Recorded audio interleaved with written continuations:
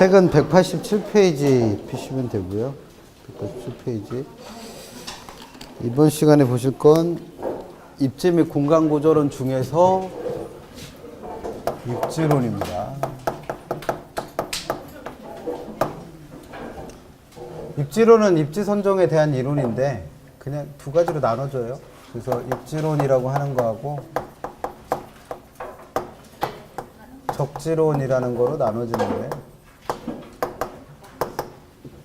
두 개 구별하실 필요 있습니다.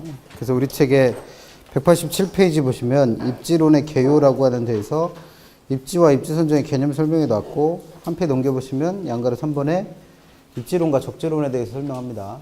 그래서 여기서 말하는 입지론이라고 하는 건 내용을 읽어보시면 부동산의 용도에 적합한 토지를 발견하려고 하는 이론을 입지론이다 라고 부르고, 적지론이라는 건 내가 가지고 있는 토지에 적합한 용도를 발견하는 이론이다 라고 구분할 수 있어요.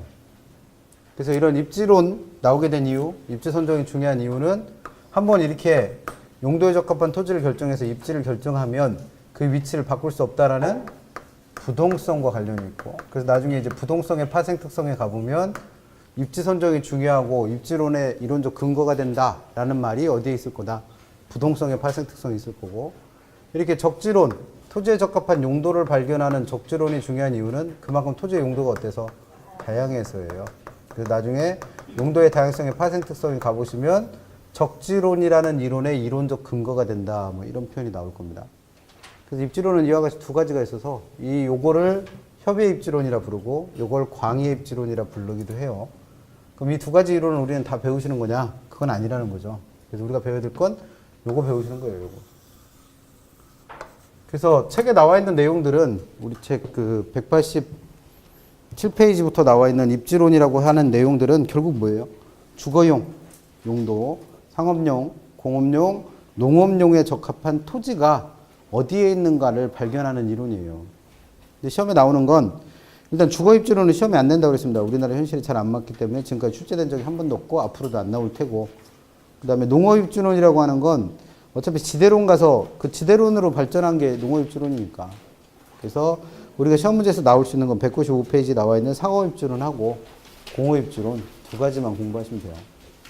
그래서 우리가 배우실 입지론은 결국 시험에 나오는 건 누구랑 누구랑이다. 상업 입지론과 공업 입지론이에요. 그래서 그 중에서 제일 먼저 배우실 상업 입지론에서는 원래 공부할 게 한 4가지 정도 돼요, 시험에 나오는 게. 근데 그 중에 2가지는 지금까지 27번 시험 문제 내면서 2번 냈었던 게 하나가 있고, 지금까지 27번 시험 보면서 3번 냈던 게 하나가 있어요. 그러니까 이거는 크게 중요한 거 아니고 나중에 문제풀이반 들어갈 때쯤 그냥 간단하게 한번 외우고 들어가시면 충분한 것들이니까 그건 천천히 하시고, 2가지 정도 공부합니다. 상업입지론에서 첫 번째 중심지에 대한 이론을 배울 거고, 또 하나는 상점의 종류에 대해서 배울 거예요. 그나마 이 2가지가 상업입지론에서 제일 시험에 많이 물었던 거라. 중심지에 대한 이론은 다시 둘로 나눠져서 여기서부터 이제 사람 이름 외워야죠.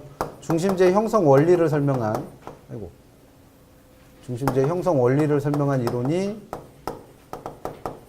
크리스탈러라는 사람의 중심지 이론이라는 게 있고, 그 다음에 중심지의 상호작용을 설명한 이론도 있다는 거죠. 그래서 그게 레일리라는 사람의 소매인력 법칙, 그 다음에 그거랑 거의 내용이 비슷한 허프라는 사람의 확률 모형, 그 다음에 컨버스라는 사람의 분기점 모형 같은 거를 공부하시면 되는데, 그 중에서 매년 시험에 계산 문제로 내는 것 중에 하나가 요 레일리와 허프의 이론을 이용해서 뭔가를 구하세요가 매년 계산 문제로 나온다는 거예요. 그거는 절대 틀리시면 안 되는 부분으로 공부하시면 됩니다. 그래서 상업입지론에서 공부하실 첫 번째 내용은 이 사람 이론 배우시면 돼요. 그래서 195페이지 나와 있는 크리스탈러의 중심지 이론부터 보시는데, 공부할 건 2가지라고 보시면 되죠.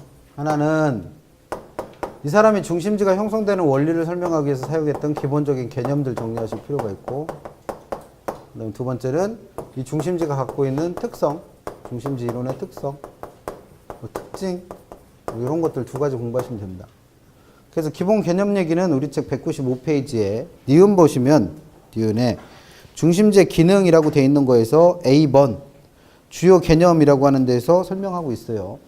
그래서 이 사람이 중심지의 형성 원리를 설명하기 위해서 사용하는 개념들에는 일단 중심지라는 것도 있고, 두 번째 배우지라고 하는 거, 책에는 따로 정리는 안 했는데 용어는 등장하니까 구별하셔야 되고, 세 번째 재화의 도달 거리 또는 재화의 도달 범위라고 하는 것도 있고,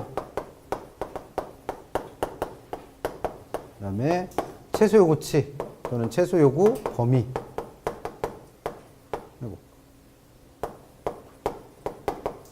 최소 요구 범위라고 하는 요 네 가지 개념을 이용해서 이 사람이 중심지가 형성되는 원리를 어떻게 설명하는가를 알고 계시면 됩니다. 그럼 개념 한번 읽어볼게요. 중심지라는 거의 개념부터 보시면, 중심지란 기억번에 각종 재화나 서비스의 공급 기능이 집중되어 배우지, 그럼 여기서 배우지란 말이 나오죠. 그래서 그 배우지에다가 재화나 서비스를 제공하는 중심지역을 중심지라 불러요.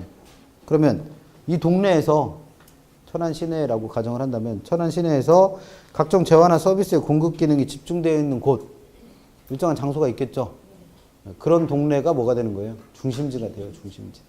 그래서 이 재화나 서비스를 공급하는 곳을 우리는 뭐라 부르는 거니까, 얘는 상업입지니까 상점이에요. 상점. 그래서 그런 상점들이 밀집해 있는 지역을 뭐라 부르는 거예요? 중심지라 불러요. 중심지. 그럼 배우지라고 하는 건 이 상점으로 재화나 서비스를 구매하기 위해서 이동하는 사람들 누구예요? 소비자죠. 뭘 소비자. 그래서 이런 소비자들이 거주하는 지역을 두고 뭐라 부른다? 배우지라고 부릅니다. 그러면 이 두 개가 결합되면 우리가 말하는 뭐가 되는 거예요? 이게 상권이라고 하는 거예요. 하나의 시장지역 상권. 이런 개념입니다. 그럼 여기서 말하는 재화의 도달거리라는 건 이 재화는 어디서 공급한대요? 이 재화를 공급하는 장소. 중심지에서 공급합니다. 중심지. 방금 전에 얘기했어요. 말한 지 1분도 채 안 됐어. 정신 차리시고 들으세요. 재화나 서비스는 중심지에서 공급하는데 그 중심지에서 공급하는 재화가 누구한테 도달하는 거예요? 배우지에 있는 소비자들한테 도달하는 거예요. 그래서 중심지에서 제공하는 재화가 배우지에 있는 소비자에게 도달되는 최대한의 거리를 뭐라 부른다? 재화의 도달거리라 부릅니다. 그럼 거꾸로 얘기하면 배우지에 있는 소비자가 재화나 서비스를 공급받기 위해서 이동해야 될 최대한의 거리가 뭐가 되는 거예요? 재화의 도달거리가 돼요. 그래서 이 재화의 도달거리라고 하는 곳에서는 그 물건을 사는 사람이 딱 한 명도 발생하지 않아야 돼요. 그래서 그 재화에 대한 수요가 얼마가 될 때 0이 될 때까지의 거리가 재화의 도달거리입니다. 그러면 재화의 도달거리라는 건 이런 거예요. 아까 얘기했던 재화나 서비스를 공급할 상점들이 밀집해 있는 지역이 어딘가에 있다고 가정을 해봅니다. 그럼 여기를 뭐라 부른다? 중심지라 부르는 거예요. 근데 이 중심지에서 판매하는 재화가 또는 서비스가 이만큼 떨어져 있는 사람한테까지는 공급이 될 수 있다는 거예요. 근데 요 지점을 넘어서면 이 중심지에서 물건을 산다, 안 산다? 안 산다는 겁니다. 그래서 요 중심지에서 판매하는 재화의 수요가 0이 되는 지점까지가 뭐가 되는 거예요? 재화의 도달 거리. 그 얘기는 여기에 살고 있는 소비자까지는 물건을 사기 위해서 요 중심지까지 이동해 올 수 있다는 거죠. 그걸 재화의 도달 거리라고 부릅니다. 그러면 그걸 하나로 연결하면 이만큼의 지역적 범위가 나올 거 아니에요. 이걸 재화의 도달 범위. 그럼 이 재화의 도달 범위가 우리가 얘기하는 소비자가 거주하는 지역이 뭐가 되는 거예요? 배우지가 돼요. 그냥. 배우지. 그러면 최소요구치라는 건 뭐냐면 책에 나와 있는 개념대로 최소요구치란 중심지가 그 기능을 유지하기 위한 뭐다? 최소한의 수요 수준을 말해요. 그러니까 이 중심지가 기능을 유지하려면 최소한 요만큼 안에 있는 사람들까지는 물건을 사러 와줘야 된다는 얘기예요. 그러면 중심지 기능을 유지하기 위한 최소한의 수요 수준에 해당하는 게 요만큼이 되는 거죠. 그래서 요걸 최소요구치라 부르는 거고, 요만큼까지의 거리를 뭐라 부르는 거예요? 최소요구 범위. 이렇게 부르는 거죠. 최소요구 범위. 그러면 지금 같은 요 상황에서는 중심지는 요 빨간 범위 안에 있는 사람들까지만 물건을 사러 와줘도 성립할 수 있다는 거죠. 기능 유지는 할 수 있다는 얘기예요. 근데 실제로는 요 노란 범위 안에 있는 사람들까지 물건을 사러 와주는 거죠. 그럼 얘는 이 지역 안에 요 지점에 뭐가 형성될 수 있다?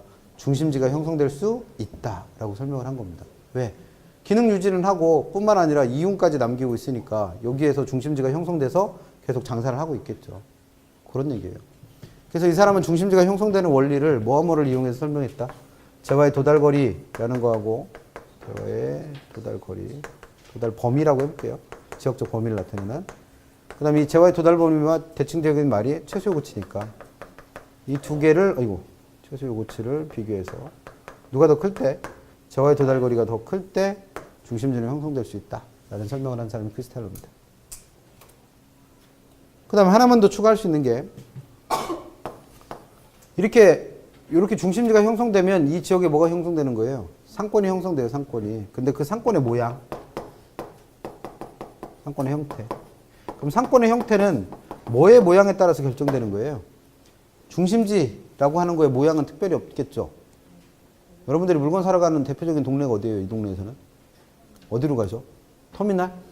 그럼 터미널이 있는 그 지역이 뭐가 될 수 있어요? 중심지가 될 수 있죠. 그럼 터미널은 어떻게 생겼어요? 그럼 별로 안 중요하다는 거죠. 그러면 여기서 말하는 상권의 형태는 곧 누구의 모양에 따라 결정된다? 배우지 모양에 따라 결정됩니다. 근데 그 배우지의 모양이 단일 중심지, 하나의 중심지만 존재할 때는, 하나의 중심지만 존재할 때는 그 모양이 어떤 모양 되는 게 지금처럼 원형이 되는 게 그 지역 범위가 가장 넓어질 거예요. 그래서 상권의 형태는 단일 중심지일 때는 그 모양이 뭐가 된다? 원형됩니다, 원형. 근데 만약에 중심지가 그 동네에 하나만 있는 게 아니라 다수의 중심지가 존재할 수 있겠죠. 그럼 그 얘기는 쉽게 얘기하면 중심지가 하나만 있는 게 아니라 그 옆에 또 다른 중심지가 있고 그 옆에 또 다른 중심지가 있고 그 옆에 또 다른 중심지가 있다는 거예요. 그러면 얘네들도 각각 중심지가 가지고 있는 상권, 배우지가 있겠죠. 그럼 이게 어떻게 될 수 있어요? 중첩이 일어나겠죠, 중첩. 그럼 그 중첩을 없애기 위해서 깎아주고 이렇게 깎아주고 하다 보면 이게 무슨 모양 된다? 정육각형 될 때가 가장 이상적인 형태예요.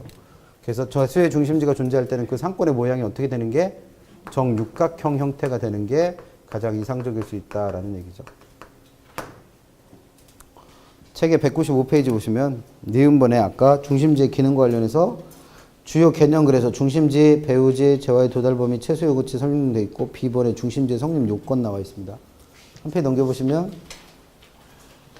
디귿번에 중심지, 배우지의 형태. 그럼 이때 이렇게 써놓으면 이게 중심지의 형태란 얘기요, 배우지의 형태란 얘기요. 정확히 모르고 쓰는 거예요, 그냥 이런 게. 그러니까 뭐라고 이해하시면 돼요? 중심지에 딸린 배우지의 형태입니다. 그럼 이 두 개를 합쳐서 우리는 뭐라 불러요? 중심지와 배우지를 합쳐서 상권. 그게 상권의 형태예요. 베끼더라도 잘 알고 베끼면 좋은데. 그래서 A번 보세요. 단일 중심지일 때는 그 배우지의 형태가 무슨 모양이 된다? 라번 보세요. 라번. 그러므로 단일 중심지의 경우에는 원형의 형태가 형성된대요. 그러면 이 원형인 게 중심지라는 거예요? 상권이라는 거예요? 상권이에요, 상권. 주어가 없잖아요, 지금 우리 책에는. 잘 모르고 베끼니까 그래요.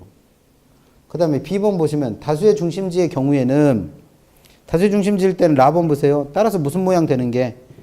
정육각형 구조가 되는 게. 뭐의 모양이? 그 바로 위에 있어요, 다번에. 정육각형에 뭘 이룬다? 상권 형태를 띠는 데잖아요, 상권. 그러니까 여기서 말하는 원형이다, 정육각형이다 라고 하는 건 누구의 모양이에요? 상권의 모양이고, 정확하게는 그 상권에 있는 배우지의 모양입니다. 그래서 그 옆에 그림 보시면 197페이지에 무슨 김밥같이 생긴 애 있죠? 김밥같이 생긴 애. 그러면 그 큰 동글뱅이가 뭐를 나타낸 거고, 색칠해져 있는 거 말고 색 안 칠해져 있는 거 중에 큰 동글뱅이 있잖아요. 그게 뭐의 모양을 나타내요? 배우지. 근데 가운데 조그만 동그라미 있잖아요, 이렇게. 그게 뭐예요? 그게 중심지요. 그럼 여기서 원형이라고 하는 건 중심지예요, 배우지예요? 그림 보세요. 이렇게 말로 설명하면 이해를 못해. 자, 이렇게 된 게 지금 몇 개 있어요? 6개가 있잖아요, 6개. 그래서 김밥을 만들었잖아. 뭐야,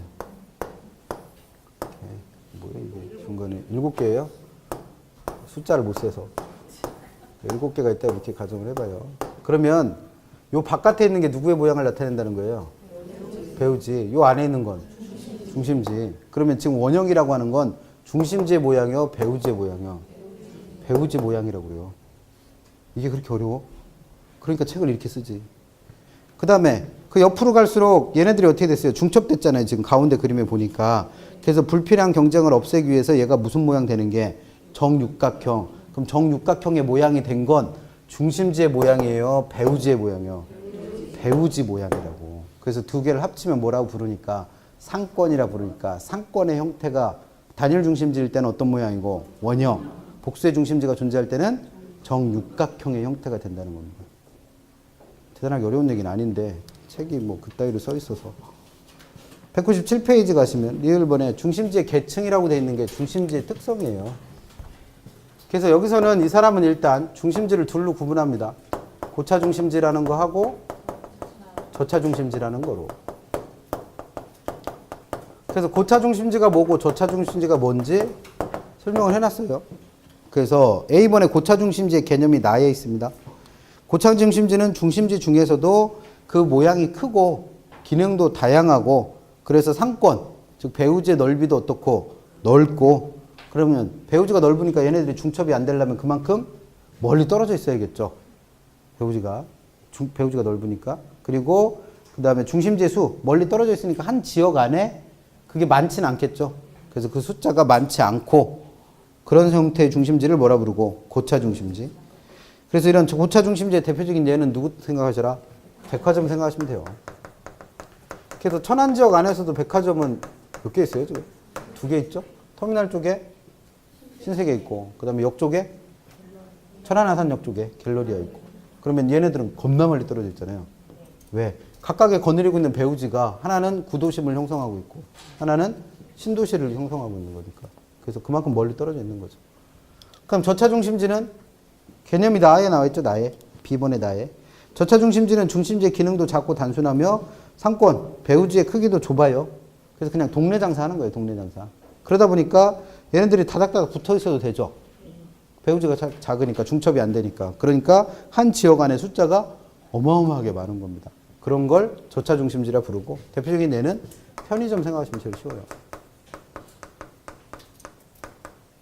그럼 이렇게 이 사람은 고차 중심지와 저차 중심지를 구분하고 이 중심지 간에는 두 가지의 원리가 적용될 수 있다고 설명을 한 거예요. 그래서 그걸 계층의 원리라고도 설명을 하고 또 하나는 포섭의 원리라고 설명을 합니다.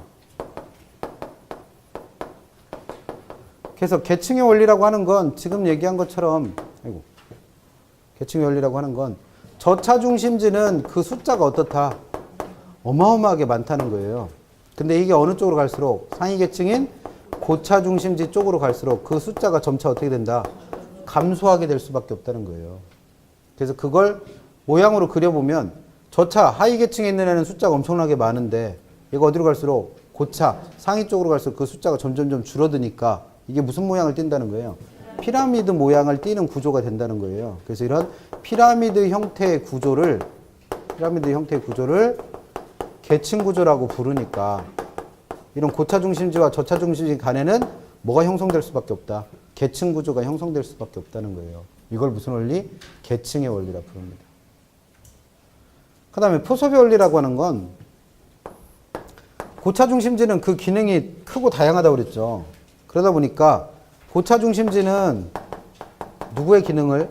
저차 중심지의 기능을 몽땅 다 어떻게 하고 있다? 포함하고 있다는 거예요. 그래서 백화점에 가면 편의점에서 파는 물건 다 구할 수 있죠. 그런 관계라는 거예요. 그러면 근처에 뭐가 하나 들어섰어요? 고차 중심지가 하나 들어섰어요. 그럼 그 고차 주변으로 갈수록 뭐가 있을 필요가 없다? 저차 중심지가 있을 필요가 없다는 거예요. 그래서 고차 주변으로 갈수록 뭐의 숫자가? 저차 중심지의 숫자가 점차 어떻게 된다? 감소한다는 거예요. 그런 이유가 뭐 때문에? 고차 중심지가 저차 중심지의 기능을 모두 다 포함하고 있기 때문이라는 거죠. 이걸 무슨 원리? 포섭의 원리라고 부릅니다. 그래서 이런 원리를 이용해서 고차 중심지와 저차 중심지 간의 관계를 설명한 사람이 누구? 크리스탈러. 자주 나오는 문제는 아니에요. 계산 문제는 더군다나 낼 것도 없고. 그래서 얘는 한 5, 6년에 한 번? 이 정도 출제되는 문제들로 보시면 되고. 중요한 건 누구라는 거예요? 계산 문제가 나오는 레일리와 컨버스와 허프인데 그 중에서 제일 먼저 레일리의 이론을 소매인력 법칙이라 불러요.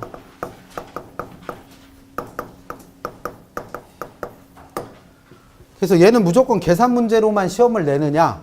아니에요. 내용도 물어요. 그래서 정확하게 공부를 하시려면 우리 책 190 몇 페이지야? 8페이지네요. 198페이지 맨 밑에 동그라미 2번부터 설명되어 있는 레일리의 소멸력 법칙의 내용도 아셔야 돼요, 사실은. 가끔씩이라도 물으니까. 시간 나시면 꼭 한번 읽어보시고 그 내용을 간단하게 정리해보면 어떤 얘기예요? 레일리는 이와 같은 원리로 중심지가 형성된다면 그 중심지가 몇 개 형성될 수 있다? 2개 형성될 수 있다고 설명한 거예요. 2개. 그래서 이걸 뭐 A라고 하고 얘를 B라고 한다면 레일리는 되게 촌스럽게 사람들이 물건을 사러 가는 중심지는 그 주변에 있는 대도시라고 본 거예요. 도시. 그래서 A라는 도시와 B라는 도시가 있으면 그 사이에 껴있는 소도시, 얘를 만약에 C라고 해볼게요. 그럼 이 C도시가 물건을 사러 가는 누가 사 있는 소비자들이 존재하는 배후지다, 이렇게 보는 거죠. 그래서 이 C도시 배후지에 있는 소비자들은 전부 다 A로만 물건을 사러 간다? 도 아니고 전부 다 B로 물건을 사러 가는 것도 아니어서 이 배후지 상권이 어떻게 될 수 있다? 반으로 쪼개질 수 있다라는 설명을 한 사람이 레일리입니다. 그래서 그 쪼개지는 이유를 A라는 중심지가 소비자들을 끌어다니는 힘이 있어서 그 사람들이 다 일로 가는 거고, B라는 중심지도 소비자들을 끌어다니는 힘이 있어서 그 힘이 크게 작용하는 쪽으로 끌려간다는 거예요. 그래서 이 사람은 이 힘을 소매인력 또는 소매중력이라고 이름을 붙였고, 이 소매인력을 구하는 식을 만들어낸 게 레일리예요. 그러면 우리도 물건을 살 때 중심지, 지금은 도시가 아니라 상점으로 보시면 돼요. 상점. 그래서 뭐 롯데마트와 이마트가 있다. 얼마 전에, 지난주죠. 지난주에 뭐 바꿀 거 있어서 코스트코 갔더니 이 동네는 사람이 하나도 없대요. 진짜 편하게 쇼핑했습니다. 맨날 코스트코 가면 그 카트에 발을 맞아갖고 발이 막 힘들어서 오는데, 여기는 뭐 맞을 것도 없어요. 거기서 카트 돌고 뺑뺑 돌아도 뭐 아무도 뭐라고 하는 사람 없던데. 널널하게 했습니다. 진짜 좋은 것 같아요. 자주 갈 것 같아요. 햄버거 먹으러 가야지. 어쨌든 그렇습니다. 그래서 뭐 얘기하다가 여기까지 왔어. 중심지가 2개 있다고 보는 거예요. 그래서 롯데마트와 이마트가 있다. 아니면 뭐 삼성 홈플러스가 있고 이마트가 있다. 그러면 우리가 홈플러스 가는 분은 홈플러스만 가고 이마트 가는 분은 이마트만 갈 가능성이 크죠. 그럼 그 이유가 일단은 이 거리가 멀면 이 힘의 크기가 어떻게 된다는 거예요? 작아져요. 그래서 잘 안 간다는 얘기입니다. 반대로 가까우면 이 힘의 크기가 어떻게 되니까? 커지니까 그 상점으로 갈 가능성이 더 커진다는 거예요. 그래서 거리와 소매인력의 크기는, 거리가 멀어지면 이 힘이 작아지니까 무슨 관계 있다? 반비례 관계 있다는 거예요. 반비례. 근데 거리가 멀면 사람들은 그냥 안 가는 게 아니라 뭐예요? 절대 안 가요. 절대. 그래서 가중치를 부여하기 위해서 거리의 제곱에 반비례한다라고 설명을 하고, 똑같은 거리상에 2개의 중심지가 있다면 이왕이면 어디로 갈 거라는 거예요? 큰 쪽으로. 그럼 도시가 크고 작은가는 뭐로 판단하니까? 인구수 가지고 판단하니까 인구수에 어떻다? 비례한다. 그래서 소비자들이 물건을 사러 가는데 작용되는 소매인력의 크기는 거리의 제곱에 반비례하고 인구수에 어떻다? 비례한다라는 식을 만들어낸 사람이 레일리입니다. 그럼 이 사람은 이 식을 이용해서 본래 뭘 구하려고 했냐면, C에 있는 사람들 중에 A로 가는 사람은 과연 몇 %나 되고, C에 있는 사람 중에 B로 물건을 사러 가는 사람은 과연 몇 %가 되는가, 이걸 사실은 구한 사람이에요. 그래서 그 구하는 식을 우리 책 199페이지에 중간쯤에 그림 그려놓고 식 하나 만들어 놨잖아요.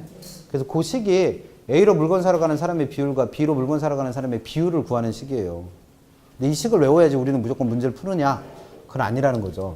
그래서 레일리의 문제가 나오면 이 식을 이용해서 구할 수 있는 게 4가지 정도 돼요. 제일 먼저 당연하게도 이 식은 뭘 구하는 식이니까?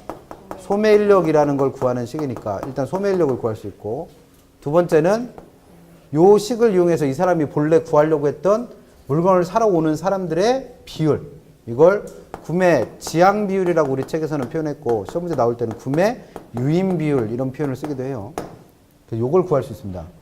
그러면 이걸 구하는 식이 우리 책에 나와 있다라는 거죠. 그 식이, 책에 나와 있는 식이 요거 구하는 식이에요. 그럼 그 식을 외워야지 이거 푸느냐? 그럴 필요 없다는 거예요. 비율이라는 건 어떻게 구하는 거예요? 원래 비율은 전체 값에 대한 부분의 값이 비율이에요. 그럼 여기서 말하는 전체 값은 C라고 하는 배우지가 받고 있는 A의 소매인력과 B의 소매인력을 합한 값입니다. 그게 전체 값이에요. 그래서 그 전체 소매인력 분에 부분은 뭐가 들어가는 거예요? 2개 중심지, 즉 각 중심지가 소비자들한테 작용하는 소매 인력이 부분이에요. 그럼 이게 전체 부분에 뭐를 비할 수 있다? 비율 계산할 수 있다는 거예요. 그 식을 풀어서 전개한 게 그 식이에요. 그래서 이렇게 구하셔도 되고, 아니면 그 식 외워서 푸셔도 상관없고. 그럼 세 번째, 이 비율을 알았으니까 요 배우지에 있는 소비자들 중에 이 소비자의 숫자를 알면 몇 퍼센트가 가는지를 아니까 그 비율에다가 숫자를 곱해서 일로 가는 사람 수가 몇 명이고 일로 가는 사람 수가 몇 명인지 알 수 있다는 거죠. 그래서 그걸 이용객 수 구할 수 있다고 하는 거고. 그 다음 네 번째, 그 이용객들이 1인당 지출하고 오는 돈의 크기를 알면 A 중심지와 B 중심지가 벌어들일 매출액도 알 수 있다는 거죠. 그래서 시험 문제는 레일리의 문제가 나오면 이 식을 이용해서 이 넷 중에 뭔가 하나를 구하라고 됩니다.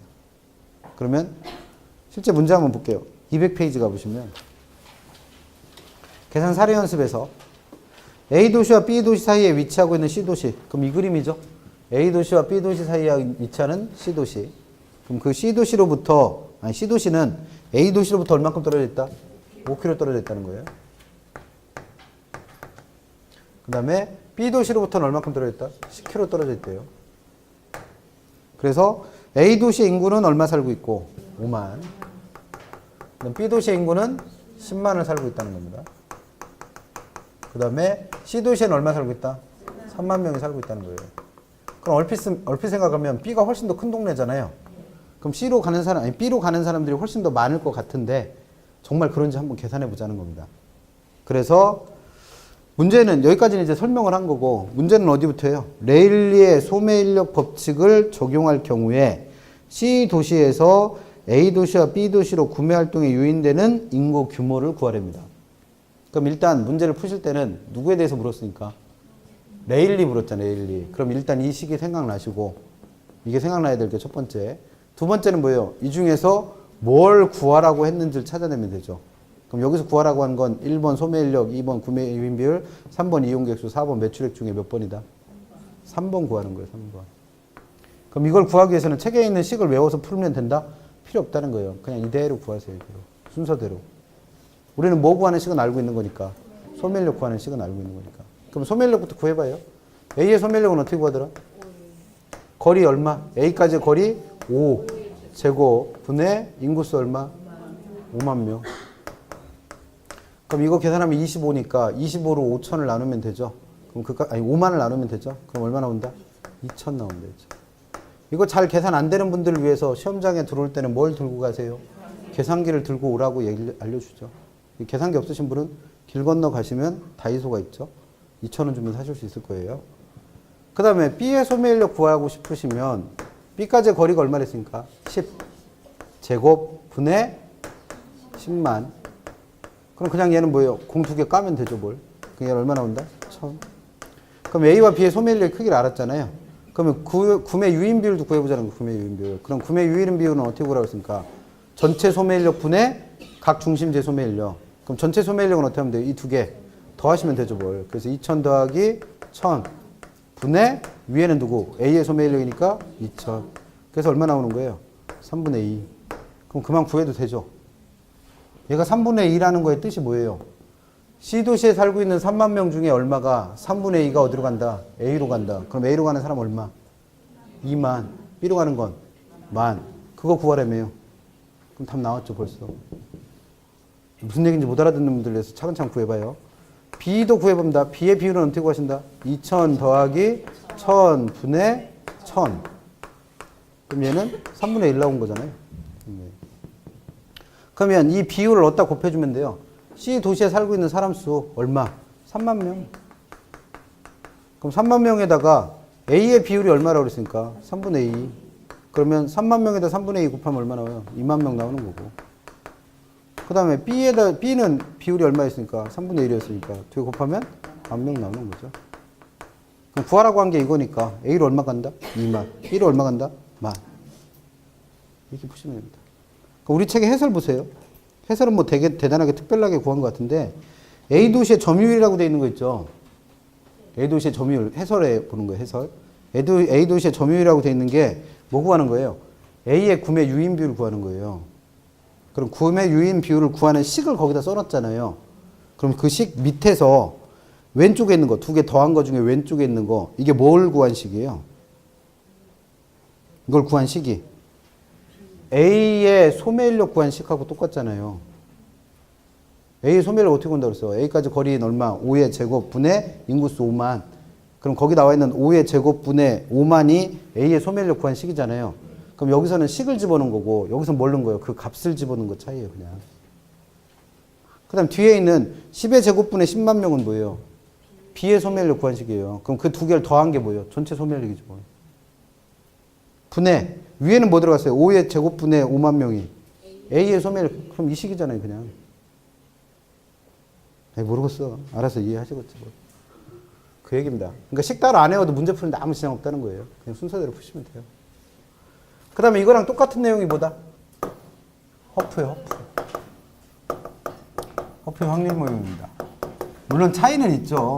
어떤 차이가 있냐면 첫 번째, 레일리는 중심지를 뭐로 보고 있다는 거예요? 도시로 봐요. 근데 허프는 중심지는 도시 내에 있는 사실은 뭐다? 상점이다 라고 설명을 합니다. 천안 주변에 살고 있는, 예를 들면 천안 주변에 뭐 예를 들면 저 학교 다닐 때 공주 살았으니까, 고등학교 다닐 때 공주 살았으니까 공주에 있는 제가 천안까지 물건을 사러 오는 건 사실 천안에 오는 게 아니라 뭐예요? 천안에 있는 백화점으로 오는 거예요. 그래서 중심지라고 하는 건 사실 그 도시 자체가 아니라 뭐다? 도시 내에 있는 상점이다. 이렇게 얘기하는 사람이 허프고. 그 다음에 레일리는 중심지가 달랑 몇 개 있을 때, 2개 있을 때만 설명을 해요. 근데 이 허프는 중심지가 몇 개 이상? 셋 이상의 중심지가 존재를 해도 이 이론을 적용할 수 있도록 수정을 한 겁니다. 그래서 원래 허프 문제가 나올 때는 그림이 이게 만약에 배우지라고 가정을 한다면 여기에 A라는 중심지, 여기에 B라는 중심지, 여기에 C라는 중심지 뭐 이렇게 나오는 게 기본이에요, 원래. 그래서 뭐 이게 4개여도 상관없고 5개여도 상관없고 한데 이렇게 하면 우리는 문제 풀기 복잡해지잖아요. 그래서 그냥 단순화시키기 위해서 몇 가지로만 내는 거예요. 2가지로만 낼 뿐이에요. 그래서 3가지로 시험에 나온 게 딱 한 번 있습니다. 중심지가 3개 있는 경우. 그래서 이렇게 3개가 나오면 무조건 누구 이론밖에 못 쓴다는 거예요. 허프 이론밖에 못 써요. 그래서 그게 이제 차이점이고. 그 다음에 세 번째는 레일리는 거리를 측정할 때, 우리가 거리를 배울 때, 위치로서의 부동산 배울 때 거리는 종류이 몇 가지 있었다? 4가지 있었습니다. 첫 번째 물리적으로 측정하는 실측거리, 두 번째 시간적으로 측정하는 시간거리, 그 다음에 경제적으로 파악하는 운임거리, 그 다음에 심리적으로 느끼는 의식거리.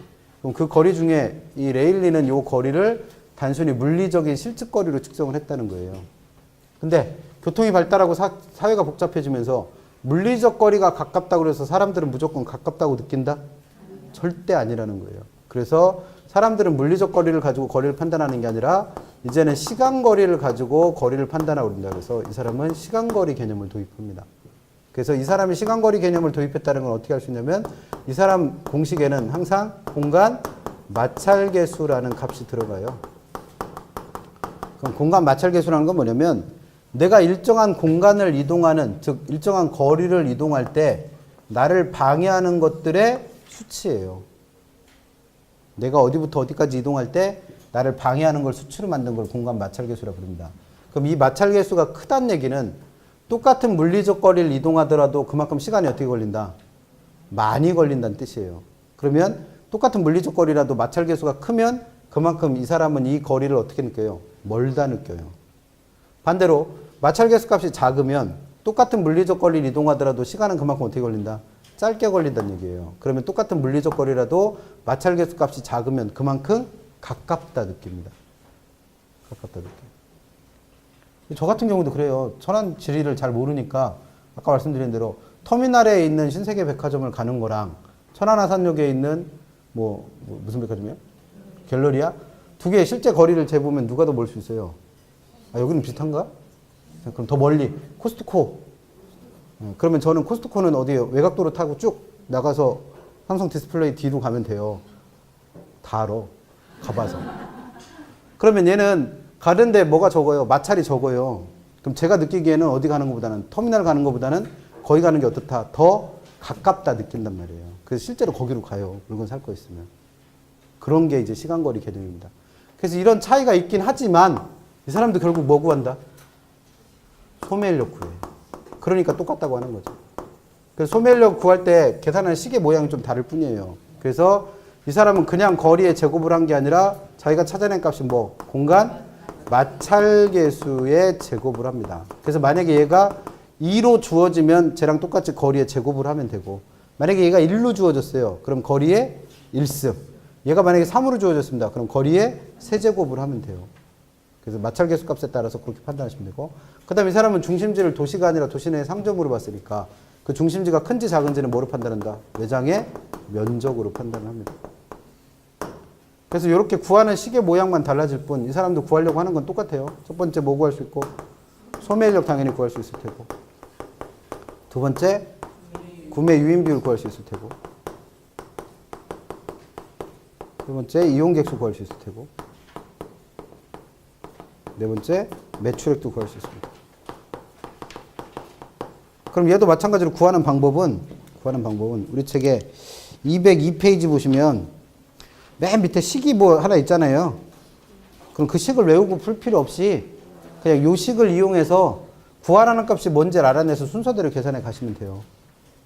그러면 문제 봅니다. 203페이지. C도시 인근에 A와 B라는 두 개의 할인점이 있대요.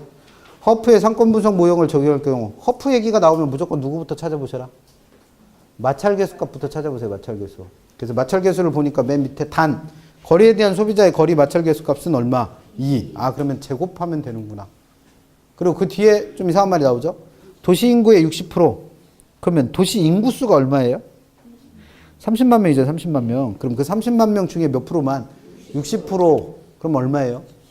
18만 명이죠. 그래서 18만 명만 뭘 이용한다? A 할인점과 B 할인점을 이용한다라고 가정을 한 거죠. 그랬을 때 뭘 구하래요? 허프의 상권 분석 모형을 적용해서 뭘 구해라? 어디에? B 할인점의 이용객 수를 구하라는 거예요. 그러면 이건 허프 모형이니까 일단 식은 뭐가 생각나야 되고, 요거. 구하라는 건 뭐예요? 1, 2, 3, 4번 중에? 3번 B 할인점의 이용객 수 구하시면 되죠. 그럼 구할 때는 어떻게 하신다? 순서대로 내려오세요. 그러면 소매인력부터 구해봐요. A의 소매인력은 어떻게 구해요? A까지의 거리가 얼마라고 했습니까? 문제 나왔잖아요. 문제. A 할인점까지 거리 얼마? 10km. 마찰계수가 얼마니까? 2니까 2승. 분의 거리, 면적. 매장의 면적? 5천. 그럼 공 두 개 그냥 지우면 되잖아요. 그럼 얘는 50 나옵니다. B의 소매인력도 구해봐요. B까지 거리가 얼마? 20. 마찰계수가 2니까 제곱. 분의 위의 면적은 2만. 그러면 일단 공 두 개 지울 수 있죠? 그 다음 2의 제곱이니까 4잖아요. 4로 약분하면 돼요. 그럼 200을 4로 약분하면 50 나오죠. 그럼 이렇게 되면 사실 더 그만 구해도 돼요. 소매인력의 크기가 똑같다는 건 A로 가는 비율과 B로 가는 비율도 어떻다? 같다라는 거죠. 같다. 그러면 비율은 50% 되겠죠?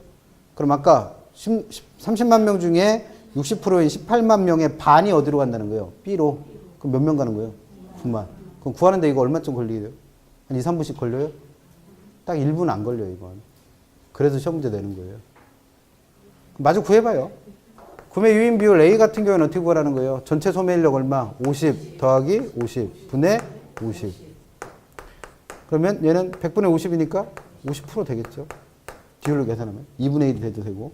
그럼 B 계산하면 전체 소매인력 얼마? 50 더하기 50 분의 50. 그럼 이 50 더하기 50분의 50이 결국 뭐 구하는 식이에요? 그 202페이지 나와 있는 그 시장 점유율이라고 해서 구매하러 갈 확률 구하는 식이에요. 책에서는 식으로 써놨고 저는 뭐로 한 거예요? 실제 값을 구해서 그냥 대입한 거고. 편한 거 하세요. 식 외워서 하셔도 되고 이거로 하셔도 되고. 그러면 이용객수를 어떻게 구하시면 돼요? C도시에 살고 있는 사람이 얼만데? 30만 명인데 그 중에 몇 프로만? 60%만 대형 할인점을 이용한다고 그랬잖아요. 그럼 그 값에다가 A로 가는 비율은 얼마? 50% 곱해주면 A로 물건 사러 가는 숫자가 나오겠죠? 얼마? 9만. 그 다음에 B로 가는 비율이 얼마니까? 50%니까 곱해주면 이것도 9만. 그럼 구하라고 한 건 뭐니까? B로 가는 이용객 수를 구하라고 했으니까 얼마? 9만 명 답하시면 되죠. 별로 안 어렵습니다. 그래서 매년 내고 나오면 무조건 맞춰야 돼요. 이것도 못 푸는데 계산 문제를 푼다? 어불성설. 이거 못 풀면 계산 문제는 다 손 떼세요. 안 하셔도 아무 상관없습니다. 합격하는데 큰 지장 없어요. 그 다음에 네 번째. 책에서는 세 번째로 나와 있었던 컨버스죠. 컨버스. 그래서 컨버스의 모형을 분기점 모형이라고 부르는데 이 사람의 이론은 앞에서 설명된 거랑 조금 다르게 이 분기점이라는 거에 위치를 계산하는 모형이에요. 분기점이라는 게 어디에 있느냐 그 위치를 계산하는 모형인데 위치를 계산하려면 분기점이라는 게 뭔지부터 알아야 될 거라는 거죠. 분기점. 그래서 분기점은 어디냐면 아까 요 문제 풀 때 허프의 확률 모형 문제 풀 때 소비자들이 30만 명 살고 있던 고도시 그러니까 C도시가 있었잖아요. C도시. 그 C도시가 위치하고 있는 곳이 바로 뭐다? 분기점의 위치입니다. 그럼 C도시는 어떤 특징을 갖고 있었어요? C도시의 특징은 A라는 중심지가 갖고 있는 뭐의 크기와 소매인력의 크기와 B라는 중심지가 갖고 있는 소매인력의 크기가 어떻게 됐었던 지점? 같아졌었던 지점을 뭐라 부르는 거예요? 분기점이라 불러요. 그럼 이렇게 되면 어떤 일이 벌어져요? 이 배우지 상권이 정확하게 반토막이 나죠. 일로 가는 사람의 비율과 일로 가는 사람의 비율이 똑같은 거니까. 왜? 끌어다니는 힘의 크기가 똑같으니까. 그러면 이렇게 상권이 둘로 쪼개지는 지점을 뭐라 부른다? 분기점이라 부릅니다. 그래서 이걸 다른 말로 상권이 둘로 쪼개진다 그래서 상권의 경계 지점 또는 상권의 경계라고도 표현해요. 그래서 상권의 경계라는 건 이와 같이 A의 소매인력과 B의 소매인력의 크기가 어떻게 된 거? 같아진 지점을 말합니다. 그럼 A의 소매인력은 어떻게 구해요? 이 사람은 허프가 나오기 전이니까 레일리 다음에 나온 사람이니까 허프의 식을 이용하는 거니까 아니라 레일리 식을 이용했죠. 레일리. 그러면 A의 소매인력 크기는 A까지의 거리의 제곱 분의 A의 인구수. 그럼 이게 A의 소매인력 구하는 식이고 B의 소매인력은 어떻게 구하시면 돼요? B까지의 거리의 제곱 분의 B의 인구수. 그러면 결국 컨버스의 분기점 모양이란 건 이게 구하는 식이니까 이 두 개를 어떻게 놓고 같다고 놓고 요 거리를 구한 거예요. 또는 요 거리를 구한 겁니다. 그럼 요 거리를 구하면 뭐가 나오는 거고 A로부터 분기점이 얼만큼 떨어져 있는지가 나오는 거고 요 거리를 구하면 뭐예요? B로부터 얼만큼 떨어져 있는지 구하는 거죠. 근데 여러분들 보고 그걸 직접 구하라고 한 게 아니라 그 구하는 식을 만들어 준 거예요. 도출을 해준 거예요. 그래서 구하고 싶은 게 만약에 A로부터 분기점까지가 얼만큼 떨어져 있는가 그 A로부터의 거리를 구하고 싶다면 A로부터의 거리를 구하고 싶다면 그 A로부터의 거리를 구할 때는 일단 뭐는 알아내셔라. A와 B 사이의 거리는 알아내시라는 거예요. A, B, A라는 중심지와 B라는 중심지는 얼만큼 떨어져 있는가 그 둘 사이의 거리는 알아내고 그 알아낸 거리를 1에다가 더하기 루트 제곱권 씌워서 A로부터 거리를 구할 때 밑으로 가는 건 누구예요? A가 가요. 그래서 인구수가 주어지면 인구수 아까 허프처럼 뭐가 주어지면 매장의 면적이 주어지면 면적을 집어넣으시고 위에는 누구 들어가라? B 인구수 또는 면적 이렇게 해서 A로부터의 또는 B로부터의 거리를 구하고 싶으면 나머지는 똑같죠. A, B 사이의 거리나 B, A 사이의 거리나 똑같으니까 나머지는 다 똑같은데 요 A와 B의 위치만 어떻게 되는 거예요? 바뀌면 돼요. 그래서 요 식을 이용해서 분기점의 위치 찾아낸 사람이 컨버스입니다. 시험은 지금까지 한 번밖에 안 나왔기 때문에 풀어봐야 될 연습 문제는 그 계산 문제 하나밖에 없어요. 기출됐었던 문제. 그 201페이지에 있는 계산 사례 연습입니다. 그럼 계산 사례 연습 보세요. A 도시의 쇼핑센터, 아니 어떤 도시에 쇼핑센터 A와 B가 있다. 두 쇼핑센터 간의 거리가 8km인데 A의 면적이 1000제곱미터, B의 면적은 9000제곱미터일 때 컨버스의 분기점 모형에 따른 두 쇼핑센터에 뭘 구해라? 상권의 경계선. 그럼 이 상권의 경계가 뭐라고 그랬습니까? 분기점이라 했으니까 그 분기점이 어디에 있는지를 구하라는 겁니다. 그럼 얘가 만약에 주관식 문제면 A로부터의 거리를 구해도 되고 B로부터의 거리를 구해도 될 거 아니에요. 근데 문제를 우리는 객관식 푸는 거니까 객관식에서 보니까 다 어디로부터의 거리를 구했어요? A로부터의 거리를 구했잖아요. 그러면 요 식에다 그대로 대입해서 푸시면 되죠. 그럼 일단 A, B 사이의 거리는 알아야죠. 그래서 A, B 사이의 거리가 얼마래요? 8km래요. 그럼 그 값을 그대로 대입하면 되니까 1 더하기 제곱공 씌워서 루트 A의 밑에가 A로 가는 거죠? 왜? A로부터의 거리 구하니까. 그럼 A의 인구수가 주어진 게 아니라 뭐가 주어졌으니까? 면적. 그럼 밑에는 누구? 1000. 위에는 누구 들어오면 돼요? B의 인구수 또는 B의 면적 9천. 그럼 이게 구하는 식 다예요. 그럼 이거 구하시기만 하면 되지. 그럼 위아래 똑같이 뭐로 약분되니까 1000. 그럼 얘는 9만 남죠? 그럼 9의 제곱근. 9에다 루트 씌우면 얼마예요? 9는 3의 제곱이니까 3의 제곱에 루트 씌우면 얼마 나와요? 3 나오네 3. 그럼 3을 얼마 더하는 거예요? 1 더해요. 그럼 얼마 됐어요? 4. 그럼 얘는 얼마 떨어졌다? A로부터 2Q로 떨어진 지점에 있습니다. 근데 만약에 실제 시험장 들어가서 이 식이 기억이 안 나는 거예요. 만약에 얘가 나왔는데 이 식이 기억이 안 난다. 그럼 뭐를 이용해서 푸시면 돼? 이 식은 이걸 가지고 도출한 값이잖아요. 이걸 이렇게 만든 거예요, 그냥. 그럼 요 식 갖고 이거 푸시면 될 거 아니에요. 그럼 풀어봐요. A의 소매인력 구하는 식, A로부터의 거리의 제곱분의 인구수라고 그랬죠. 근데 A까지의 거리가 얼마예요? A까지 거리. A까지 거리. 문제를 이해를 못 하시네. 지금 뭘 구하고 있는 거예요? A와 B 사이가 얼마큼 떨어져 있대요? 8km 떨어져 있대요. 8km 총. 근데 그 8km 안에 어디쯤에 뭐가 있다? 분기점이 있다는 거예요. 분기점. 그럼 그 분기점까지 거리를 구하는 거잖아요. 그러면 A로부터 이 분기점까지는 얼마큼 떨어져 있는 거예요? 그럼 구해서 하는 거지. 그럼 이게 지금 뭐예요? 내가 모르는 값 아니에요. 모르는 값. 구해야 될 값. 뭘 구하고 있는지도 모르고 문제를 보고 있으니 당연히 이해가 안 되죠. 이거 구하는 거 이거. 그러면 요 X값이 누구에 해당하는 거예요? A로부터의 거리는 이 값이요. 그럼 그게 누구예요? X의 제곱 분의 A의 인구수 대신 뭐가 주어졌으니까? 면적 주어졌으니까 A의 면적 얼마래요? 1000. 그럼 이게 뭘 구하는 식이다? A의 소멸력 구하는 식이에요. 그럼 B의 소멸력은 어떻게 구하면 돼요? B까지의 거리. 알아요? 몰라요? 모르잖아요. 이 거리 모르잖아요. 몰라. 그럼 얘는 뭐요? Y지 뭘. 근데 어떤 건 알 수 있어요? X에다 Y를 더하면 얼마 된다는 거? 8. 왜? 이만큼까지에다가 이만큼까지 더하면 당연히 8kg 되니까. 그럼 Y는 어떻게 쓸 수 있어요? Y는 어떻게 구하면 돼? Y는 얼마야? Y는 8-X. X에다 Y를 더해서 8 나온대요. 그럼 Y는 어떻게 구하시면 돼? 8-X. 한 번 얘기하면 못 알아듣지. 꼭 두 번 얘기해야죠. 그러면 Y는 어떻게 돼요? 8-X예요. 그럼 그거에 또 어떻게 하면 돼? 제곱. 분의 위에는 뭐 들어가면 돼요? B의 인구수인데 인구수 안 주어지고 면적 주어졌으니까 9천. 그럼 이게 A의 소멸력 구하는 식이고 이게 B의 소멸력 구하시니까 이 두 개 어떻게 놓으면 돼요? 같다. 그래놓고 누구 구하면 돼? X값 구하면 되죠. 뭘. 그때부터 하면 돼요. 그냥.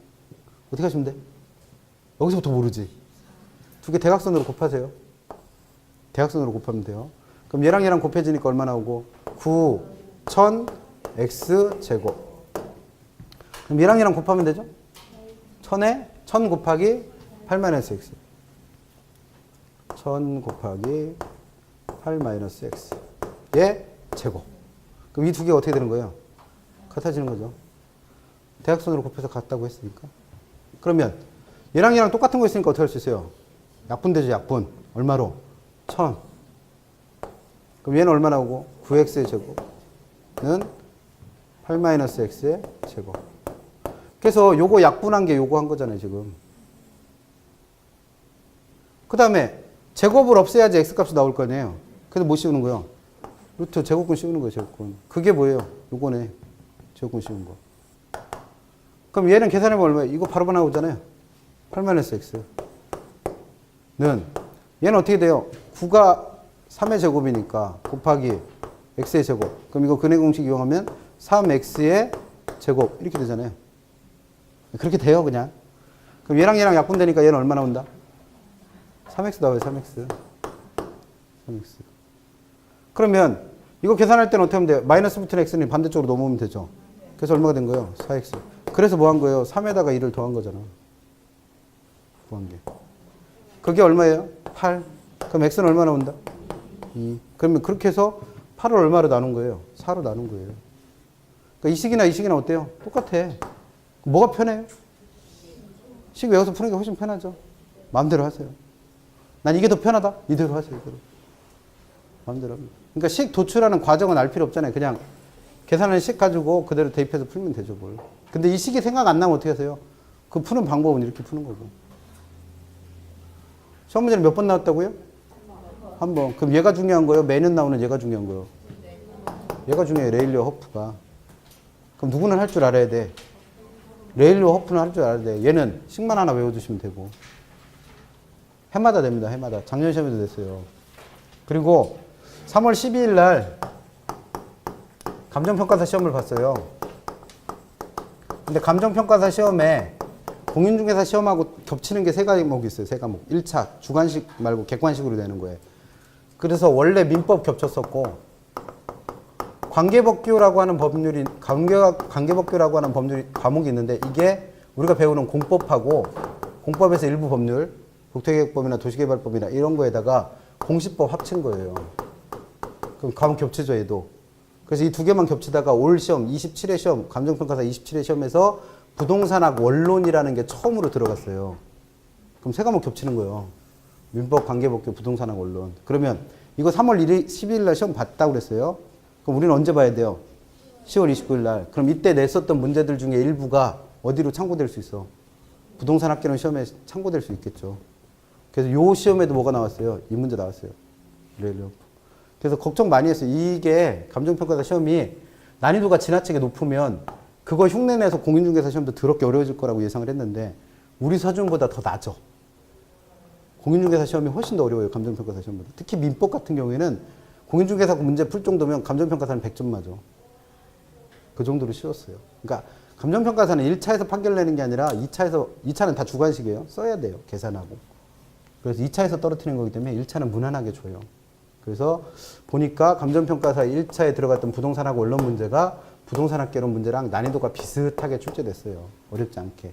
그러면 이 문제들에서 다음에 출제하러 들어가시는 분은 그거 참고해서 문제 낼 수 있다는 얘기죠. 나중에 기회 되면 시험 범위가 조금 달라요. 원론하고 개론하고. 그래서 그 시험 범위와 관련된 문제가 한 35개쯤 돼요. 한번 풀어둘 수 있는 기회는 드릴게요. 문제 한번 드릴게요. 나중에. 그래서 그런 것도 참고하시기 바랍니다. 그래서 얘는 학개론에서만 내는 게 아니라, 공인중개사 시험에서만 내는 게 아니라 어디서 내는 평가사 시험에서도 매년 나오는 문제라고 보시면 돼요. 그래서 얘는 무조건 할 줄 아셔야 돼요. 나는 이 계산 문제 못 푼다. 계산 문제는 다 손 뗍니다. 앞으로. 계산 문제 어쩌고 이런 얘기 하지 마세요. 그래서 나는 계산 문제 때문에 힘들어 죽겠어요. 그러면 이 문제도 못 푼다는 얘기잖아요. 그럼 계산 문제는 아예 어떻게 한다? 깔끔하게 포기. 다 포기하세요. 그래도 아무 상관없습니다. 잠깐만 쉬었다가는 상업입주론 중에서 206페이지 가시면 양가로 4번에 점포의 종류 있어요. 거기부터 다시 갑니다.